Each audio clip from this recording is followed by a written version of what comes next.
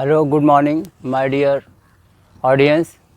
मैं उमा शंकर पुनः आपके इस मंच पे उपस्थित हुआ हूँ और कॉमेडी का एक बहुत बड़ा बेताज बादशाह है जो हम लोग से बहुत दूर यानी एन ओल्डन डेज, बहुत पुराने समय में सन 1889 ईस्वी में वो पैदा हुए थे लंदन में।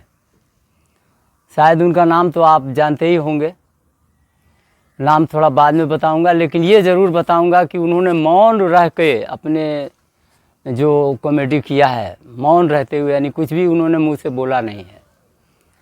और हमारे हिंदू धर्मशास्त्र में मौन का बड़ा महत्व है। कहते हैं कि मौन व्रत एक चुप सौ सुख। कभी भी जब आप कुछ नहीं बोलते हैं तो आप इंद्रियों से परे रहते हैं और उस ईश्वर के करीब आ जाते हैं। जब मैं था तब हरि नहीं, अब हरि है मैं ना है। मौन रहेंगे तो आप मैं को भी भूल जाएंगे। मैं शब्द ही अपने आप में कितना गलत है। जैसे बकरी है मैं करती है, बहुत जल्दी उसका जीवन समाप्त हो जाता है, लोग काट के ख़त्म कर देते। मैं शब्द ही नहीं होना चाहिए और मैं में ही सब छिपा हुआ है। तो मैं माने घमंड होता है। जब मैं था तब हरि नहीं, जब घमंड था तो भगवान नहीं थे, अब हरि है मैं ना। ये भगवान तो आ गया लेकिन घमंड समाप्त हो गया। तो एक इतना बड़ा बेताज बादशाह जिसका नाम है चार्ली चैपलिन, सन 1889 ईस्वी में लंदन में पैदा हुआ और गरीबी का बेइंतहा गरीबी जिसका मैं आपको बयान नहीं कर सकता हूँ। और उन्होंने अपनी गरीबी में भी, उनकी माँ प्रोग्राम करती थी, स्टेज प्रोग्राम था, वहाँ करोड़ों लोग आए हुए थे। तो माँ के शो में उनकी तबीयत ख़राब हो जाती है, बीमार हो जाती हैं, तो ईंटें डंडे चलने लगते हैं, तमाम पत्थर वगैरह फेंके जाते हैं स्टेज पर। तो 5 साल का जो चार्ली चैपलिन है वो कहता है कि नहीं नहीं, मुझे स्वयं जाना है। और सबसे बड़ा जो वहाँ का जो मैनेजमेंट है, प्रबंधक है, वो दौड़ के आता है। तो ये चार्ली चैपलिन कहते हैं नहीं नहीं, मैं स्वयं जाऊँगा और मैं प्रोग्राम दूँगा। तो चार्ली चैपलिन 5 साल के, ज़रा सोचिए इस बात को, 5 साल का बच्चा वो कितना बड़ा कलाकार हो सकता है। लेकिन वो मंच पर आए और उन्होंने अपनी माँ की मिमिक्री बनाई, जैसे माँ करती थी उसी तरीके का उन्होंने नकल किया और नकल करके प्रोग्राम दिया। तालियां बजने लगी और उसके बाद रुपया और पैसा फेंकना शुरू हो गया। यानी इतना पैसा वहाँ पे गिरा था। तो चार्ली चैपलिन ने हाथ हिला करके सबका स्वागत किया और सबसे पहले उन्होंने पैसे को बटोर, बोला नहीं नहीं, मैं अपने धन को इकट्ठा कर लूँ। सारा छोटा छोटा पैसा बटोर के इकट्ठा किया और उसके बाद उन्होंने ऑडियंस को अपना प्रोग्राम दिया और तालियों से, गुड़गुड़ाहट से पूरा जो है हाल गूंजने लगा। ज़रा सोचिए कि वो 5 साल का बच्चा ही, उसको न स्टूडेंट लाइफ से कोई मतलब है, न किसी चीज़ से मतलब है। और उसके बाद वो लगातार प्रोग्राम देता रहा और लगातार प्रोग्राम देते हुए इतना बड़ा हास्य कलाकार बना जो विश्व में आज भी हम उसको अपने पर्दे में देख के फ़ख्र का अनुभव करते हैं। तो हम उन्हीं की याद में एक प्रोग्राम दे रहा हूँ जो बार्बर प्ले है, हालांकि ये उन्हीं का प्ले है जिसमें उन्होंने मौन रूप से किया है। तो हमारी गलतियों को नज़रअंदाज करते हुए आप इसको ज़रूर सुनिएगा। हालांकि धर्मशास्त्र में कालिदास जी जो थे, उनकी जब शादी हुई तो वास्तव में बड़े मूर्ख थे। वो जिस पेड़ पे बैठे उसी को काट रहे थे। और विद्वत्मा जो थी वो बहुत बड़ी ज्ञानी थी, उसको कोई उनसे हरा ही नहीं सकता था। शास्त्रार्थ करना था उनसे, जो शास्त्र में हरा देगा उनकी शादी उससे हो जाएगी। तो पंडितों ने, जितने महापंडित थे, लोग इकट्ठा हुए, बोले यार तो गड़बड़ हो रहा है, हम लोग की बेइज्जती हो रही है, औरत जाति है, इसका तो बहुत आगे नाम हो जाएगा, हम लोग का बेइज्जती होगी। तो उन्होंने कहा इसकी शादी ऐसे करा दिया जाए, किसी मूर्ख से करा दिया जाए। तो ये लोग लगे खोजने, तो कालिदास उसी पेड़ पे बैठे हुए उसी काट रहे थे। तो बोले अरे भाई आप नीचे उतर आओ, आपकी शादी होगी। बोले हमारी शादी कहाँ हो पाएगी, मैं पेड़ काट लूँगा तब आऊँगा। बोले नहीं, पेड़ बाद में काटना, आप नीचे आ जाओ। तो नीचे आए तो बोले शादी होगी, हाँ हाँ, अरे आपकी शादी हम करा देंगे। तो आपको याद होगा और शायद आप लोगों ने सुना भी होगा, लेकिन उनको भेजा गया, खूब बढ़िया कपड़ा वपड़ा पहना दिया गया और पूरा साज श्रृंगार हो गया और उन्होंने विद्वत्मा के सामने ले जा करके सिंहासन में बैठाया। और उन्होंने कालिदास से कहा भी, देखो यार बोलना मत, तुमको बिल्कुल चुप रहना, बिल्कुल आवाज़ बिल्कुल निकालना नहीं, क्योंकि अगर आवाज़ निकालोगे तो हम लोग का सारा प्लान फेल हो जाएगा। और उन्होंने वही मौन वाला फार्मूला लगाया जो कि अभी आपने सुना है, जो अभी वो तो बिल्कुल चुप हो गए, बोले बोलना ही नहीं हमको। जब ना बोलने से हमारी शादी हो जाए तो इससे अच्छी बात क्या होगी। तो विद्योत्मा के सामने लाया गया, बैठ गए।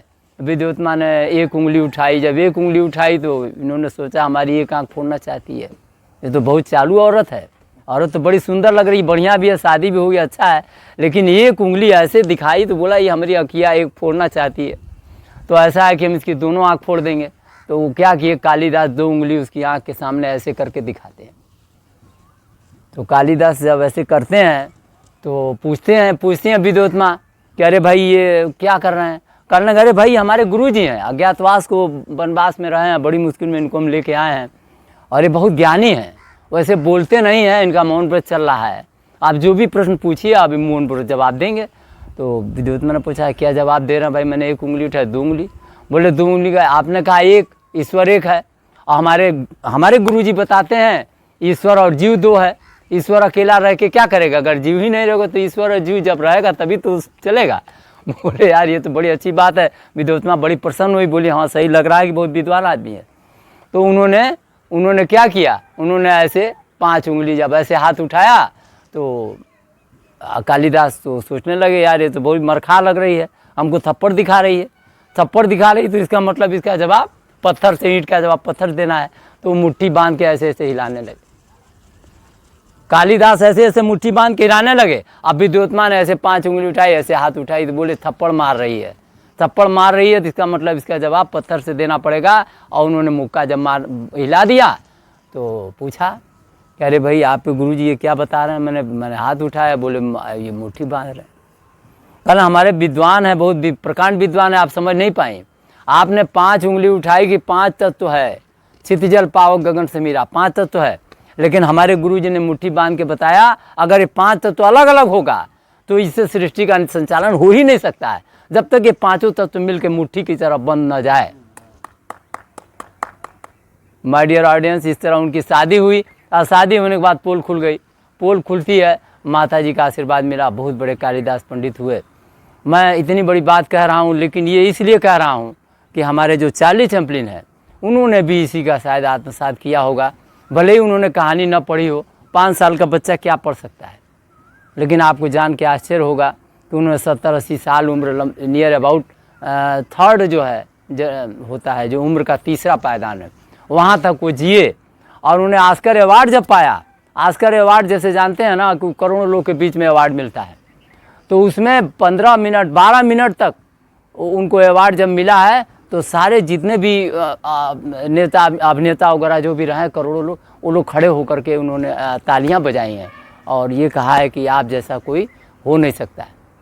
तो माय डियर ऑडियंस, मैं उन्हीं की याद में एक छोटा सा प्रोग्राम दे रहा हूँ, गलतियों के लिए मैं क्षमा चाहूँगा। और वैसे उनका एक बार्बर प्ले है, यानी नाई वाला प्ले है, कैसे वो नाई दाढ़ी बनाता है। तो आइए शुरू करते हैं। ट्रेन 1 घंटा लेट है, थोड़ा दाढ़ी उड़ी बनवा लें भाई साहब, दाढ़ी उड़ी बनवाना है। हाँ, दाढ़ी बनवाना है। दाढ़ी हाँ, कैसा कुर्सी रखते हैं भाई, कैसा कुर्सी रखते हैं। अब ठीक है, ठीक है, सीधा करिए, सीधा करिए। इससे कुछ पैसा लेते हैं, कुर्सी सही नहीं रखते हैं, हैं? सीधा सही कुर्सी रखा करिए। ऐसा रखें तो कोई बनवाएगा, बताइए। खूब बढ़िया बनाइए दाढ़ी, फटाफट लंदन टॉप। टोपिया कौन उतारेगा, हम उतारेंगे टोपिया। पेपर ऊपर है, दीजिए पेपर, पेपर ऊपर रखते हैं। हाँ पेपर, हाँ एक अखबार। हाँ अच्छा, आजकल ऐसा ही आने लगा क्या अखबार। हाँ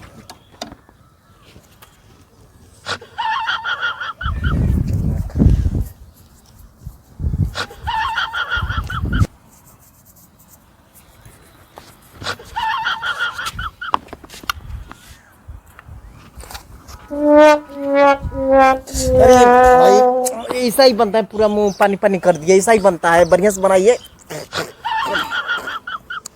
ऐसा ही बनता है। बाप, ढंग नहीं जाता क्या बनाने का। हम फंस गए हैं यहाँ पे आकर के। कैसा नाई है भाई, अरे एकदम पानी पानी कर दिया।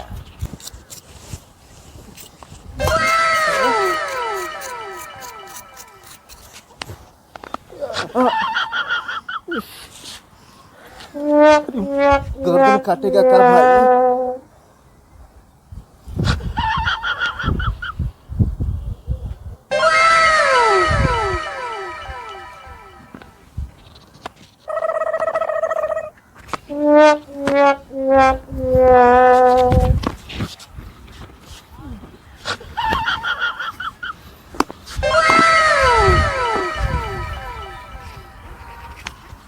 बन गया, पाउडर लगाई।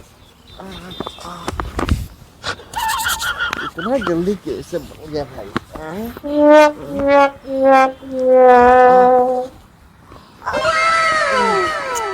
ये क्या कर रहे हैं? हाँ हाँ, संगीत रखा दिया। खूब हम आज हीरो लगेंगे।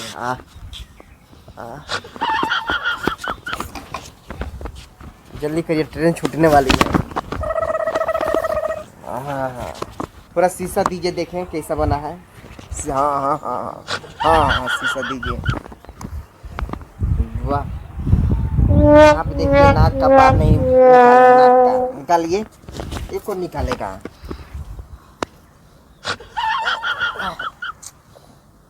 बस बस बस। हाँ हाँ, वाह।